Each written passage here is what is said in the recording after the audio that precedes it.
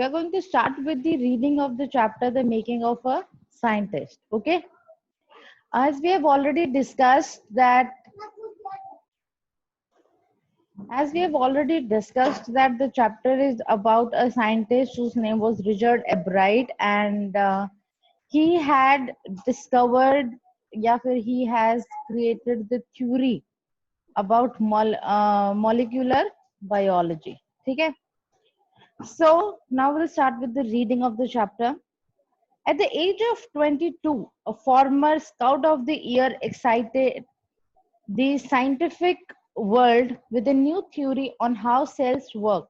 Richard H. Ebright and his college roommate explained the theory in an article in the Proceedings of the National Academy of Science. Now see, जब वो 22 साल के थे तब उन्होंने अपने कॉलेज रूममेट के साथ मिलकर एक आर्टिकल लिखा था, और उस आर्टिकल ने पूरे साइंटिफिक वर्ल्ड के अंदर एक हलचल पैदा कर दी थी, क्योंकि उन्होंने उस आर्टिकल के अंदर बहुत ही प्रिसाइजली सेल्स जो होते हैं, बॉडी के अंदर जो सेल्स होते हैं वो कितने प्रिसाइजली वर्क करते हैं, उस चीज को उन्होंने बहुत ही अच्छे तरीके से एक्सप्लेन किया था.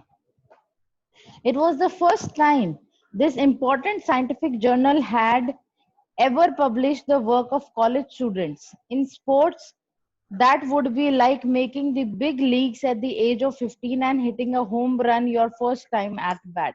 Now उन्होंने यहाँ पर इसको कंपेयर किया है. वो बोलते हैं कि ये जो proceedings of national academy of science है, ये एक जर्नल है, ये आर्टिकल्स को पब्लिश करते हैं, और इन्होंने पहली बार किसी कॉलेज स्टूडेंट के आर्टिकल को पब्लिश किया था, और वो बिल्कुल उन्होंने कंपेयर किया कि ऐसा ही है कि फर्स्ट टाइम किसी इंटरनेशनल लीग के अंदर 15 साल के बच्चे को खिला लिया हो, और 15 साल के बच्चे ने पहली बार में ही 100 हिट कर दिए हों.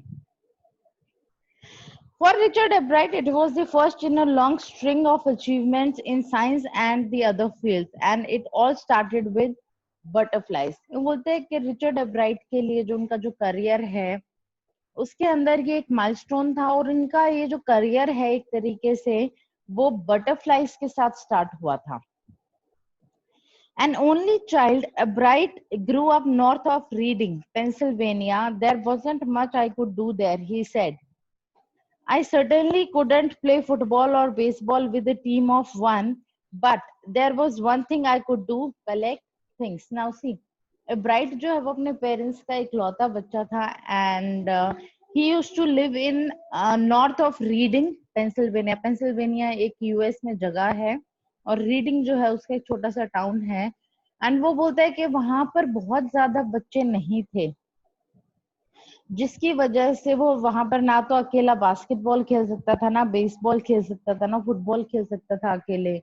लेकिन वो बोलते there was one thing that he could do, और वो थी चीजों को कलेक्ट करना, because he was living in between nature, so there were a lot of things that he could collect there. So he did, और इसलिए वो करता था. Beginning in kindergarten, Ebright collected butterflies with the same determination that has marked all his activities. He also collected rocks, fossils, and coins. He became an eager astronomer too, sometimes stargazing all night. वो क्या करता था कि वो kindergarten में था. He was in primary school, और वहां से ही उसने चीजों को कलेक्शन करना का जो उसका एक हैबिट थी या हॉबी थी वो उसने डेवलप कर ली थी. वो रॉक्स को इकट्ठा करता था, वो फॉसिल्स को इकट्ठा करता था, वो कॉइन्स को इकट्ठा करता था, और वो एक ईगर एस्ट्रोनॉमर भी बन गया था. एस्ट्रोनॉमर क्या होता है? जो स्पेस से रिलेटेड चीजों के ऊपर रिसर्च करते हैं. And even he wanted to be an astronomer उस टाइम पर, और इसलिए वो कई बार सिर्फ रात को लेट कर तारों को गिनता था. From the first, he had a driving curiosity along with a bright mind. He also had a mother who encouraged his interest in learning. She took him on trips, bought him telescopes, microscopes, cameras, mounting materials, and other equipments, and helped him in many other ways. वो बोलता है कि उसकी खुद के अंदर एक curiosity थी, लेकिन जो उसकी मदर हैं वो भी हमेशा उसको एनकरेज करती थी, हमेशा नई नई चीजें उसको ला कर देती थी, चाहे वो टेलीस्कोप हो, चाहे वो माइक्रोस्कोप हो, कैमरास हो, उसको ट्रिप के ऊपर लेकर जाना हो। तो बेसिकली बचपन से ही उसकी मदर ने उसकी क्यूरियोसिटी को एनकरेज किया था, उसको हमेशा आगे बढ़ने के लिए मोटिवेट किया था। I was his only companion until he started school, his mother said. After that, I would bring home friends for him, but at night we just did things together. Richie was my whole life after his father died when Richie was in third grade. वो बोलते हैं कि जब तक Richard school नहीं जाने लगा तब तक सिर्फ वो दोनों एक दूसरे के साथ थे और कोई नहीं था। लेकिन जब वो स्कूल जाने लग गया तो उसकी मदर को ये फील होने लग गया कि अकेला हो जाता, तो कई बार वो क्या करती थी, उसके फ्रेंड्स को घर पर बुला लेती थी। In fact they were living in a far away place, तो वो खुद उसके फ्रेंड्स को वहां पर लेकर आती थी। और रिची जब थर्ड क्लास में था तभी उसके फादर जो है वो भी एक्सपायर हो गए थे। She and her son spent almost every evening at the dining room table. If he didn't have things to do, I found work for him. Not physical work, but learning things. His mother said he liked it. He wanted to learn. वो बोलते कि हर शाम हम dining table पर बिताते थे, और अगर उसके पास खुद का कोई काम नहीं होता था तो मैं उसको काम देती थी, कोई फिजिकल नहीं, लर्न करने का। और उसको खुद को भी लर्न करना बहुत ज्यादा पसंद था। And learn he did. He earned top grades in school. On everything, he was just like every other kid, his mother said. By the time he was in second grade, Bright had collected all 25 species of butterflies found around his hometown. Now see, वो इतना ज्यादा curious था और इतना ज्यादा उसको learn करना पसंद था कि वो अपने क्लास का टॉप ग्रेडर बन गया, अपने स्कूल का टॉप ग्रेडर बन गया, और वो हर चीज बहुत अच्छे से करता था। और जब तक वो सेकंड क्लास में पहुंचा तब तक उसने अपने एरिया के अंदर, उसके जो जहां पर वो रहता था, वहां पर मिलने वाली 25 स्पीशीज ऑफ बटरफ्लाईज वो ऑलरेडी कलेक्ट कर चुका था। सेकंड ग्रेड में था तब तक वो अपनी 25 तरीके की बटरफ्लाई जो वहां पर अवेलेबल थी वो सारे कलेक्ट कर चुका था। एक टेबल भी आपको नीचे दे रखा है। That probably would have been the end of my butterfly collecting, he said. But then my mother got me a children's book called The Travel of Monarch X. That book, which told how monarch butterflies migrate to Central America, opened the world of science to the eager young collector.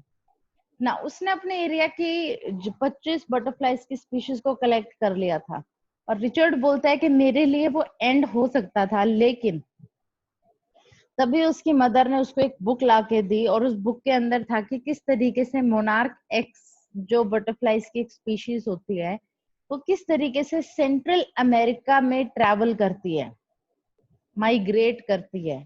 और वही point ऐसा था जब उसने वो पढ़ी तब उसको पता चला, और तभी उसका जो इंटरेस्ट है साइंस में वो और ज्यादा बढ़ गया, because he wanted to know the conditions, जो फेवरेबल कंडीशंस हैं वो क्यों माइग्रेट करती हैं, what makes them migrate to central America, and everything else around about them.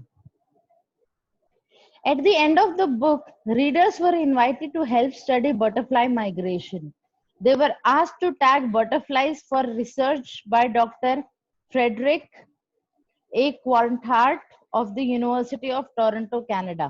अब जो बुक उसकी मदर ने लाकर दी थी ना, उस बुक के बिल्कुल एंड पे टोरंटो यूनिवर्सिटी के एक प्रोफेसर थे, फ्रेडरिक, उन्होंने इनवाइट किया था उन सभी लोगों को जो हेल्प करना चाहते थे इस पूरे स्टडी के अंदर के जो बटरफ्लाई जो माइग्रेट करती हैं उनकी स्टडी के अंदर। और उनको करना क्या था, उनको उन बटरफ्लाईज को टैग करना था। मतलब मेरे यहाँ पर जो बटरफ्लाई मिलती है, मैंने उसके पकड़ा उसको, एक हल्का सा उसके साथ एक टैग अटैच किया और उसको छोड़ दिया। ऑब्वियसली अब वो सेंट्रल अमेरिका तक जाएगी माइग्रेट करने के लिए, फेवरेबल कंडीशंस के लिए, और वहां पर जो और भी कलेक्टर्स होंगे वो उसको पकड़ेंगे, and then they will take out the tag, and उस टैग के अंदर जितने भी इंफॉर्मेशन इकट्ठा होगी वो लोग उसको पढ़ेंगे, and they will know the data regarding it. ठीक है, ये पूरा प्रोसीजर था। Ebright's mother wrote to Dr. Urquhart, and soon Ebright was attaching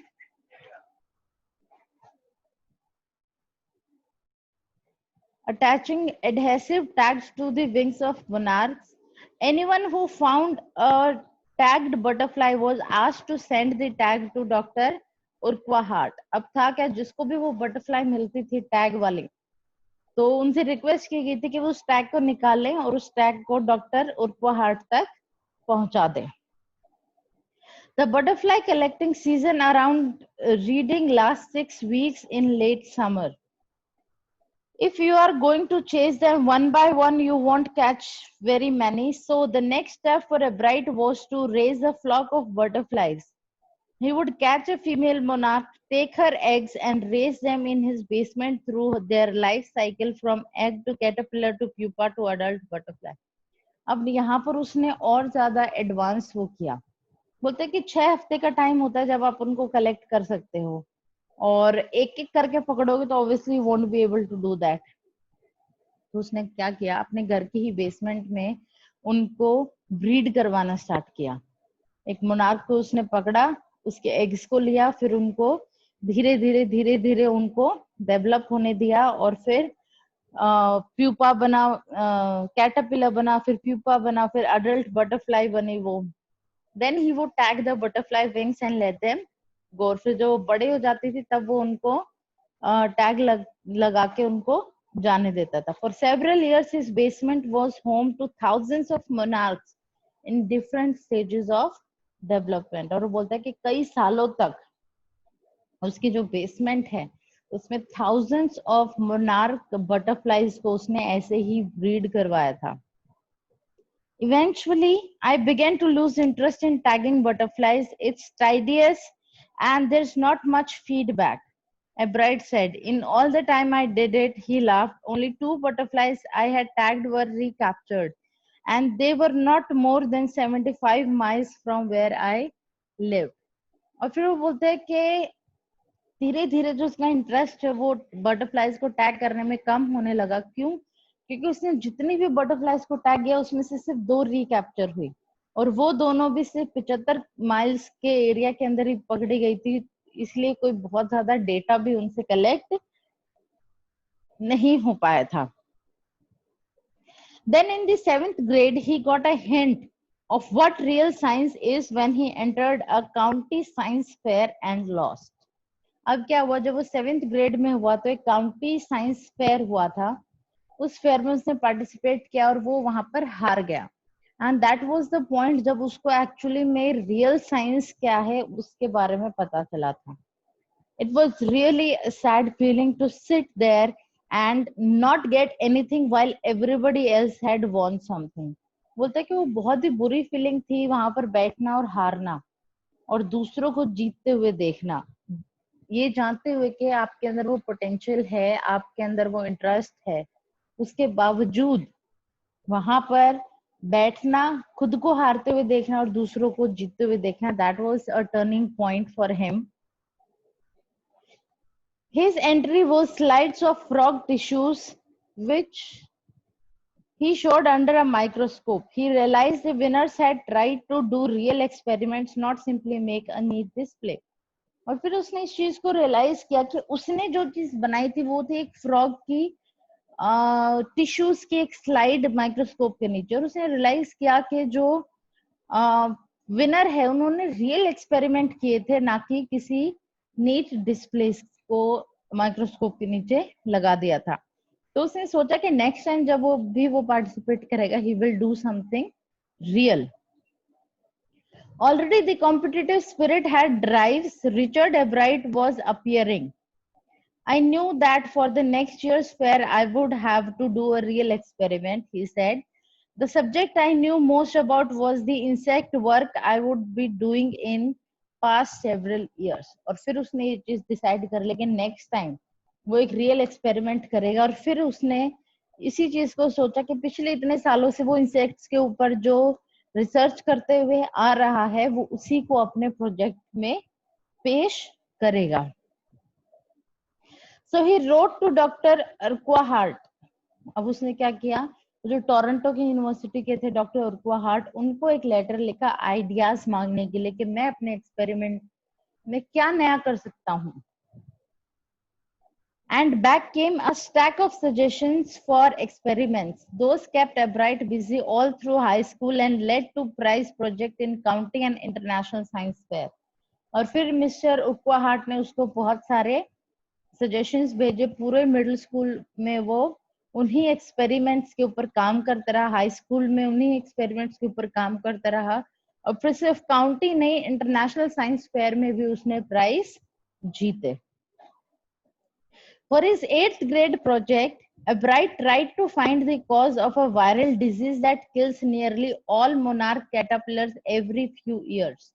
और फिर उसने क्या किया, अपने 8th क्लास के प्रोजेक्ट के लिए उसने उस बीमारी के ऊपर रिसर्च करने की सोची जिस बीमारी के अंदर ऑलमोस्ट सारी मोनार्क बटरफ्लाइज के जो कैटरपिलर्स हैं वो मर जाते हैं उस बीमारी से. ठीक है. Albright thought the disease might be carried by a beetle. He tried raising caterpillars in the presence of beetles. I didn't get any real result, he said. But I went ahead and showed that I had tried the experiment. This time I won.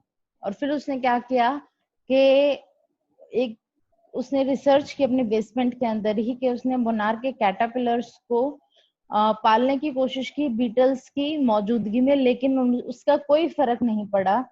लेकिन फिर भी उसने उसी experiment को show किया कि at least उसने इस चीज को ट्राई करने की कोशिश करी है, और फिर और इस एक्सपेरिमेंट वो एक्चुअली जीत गया.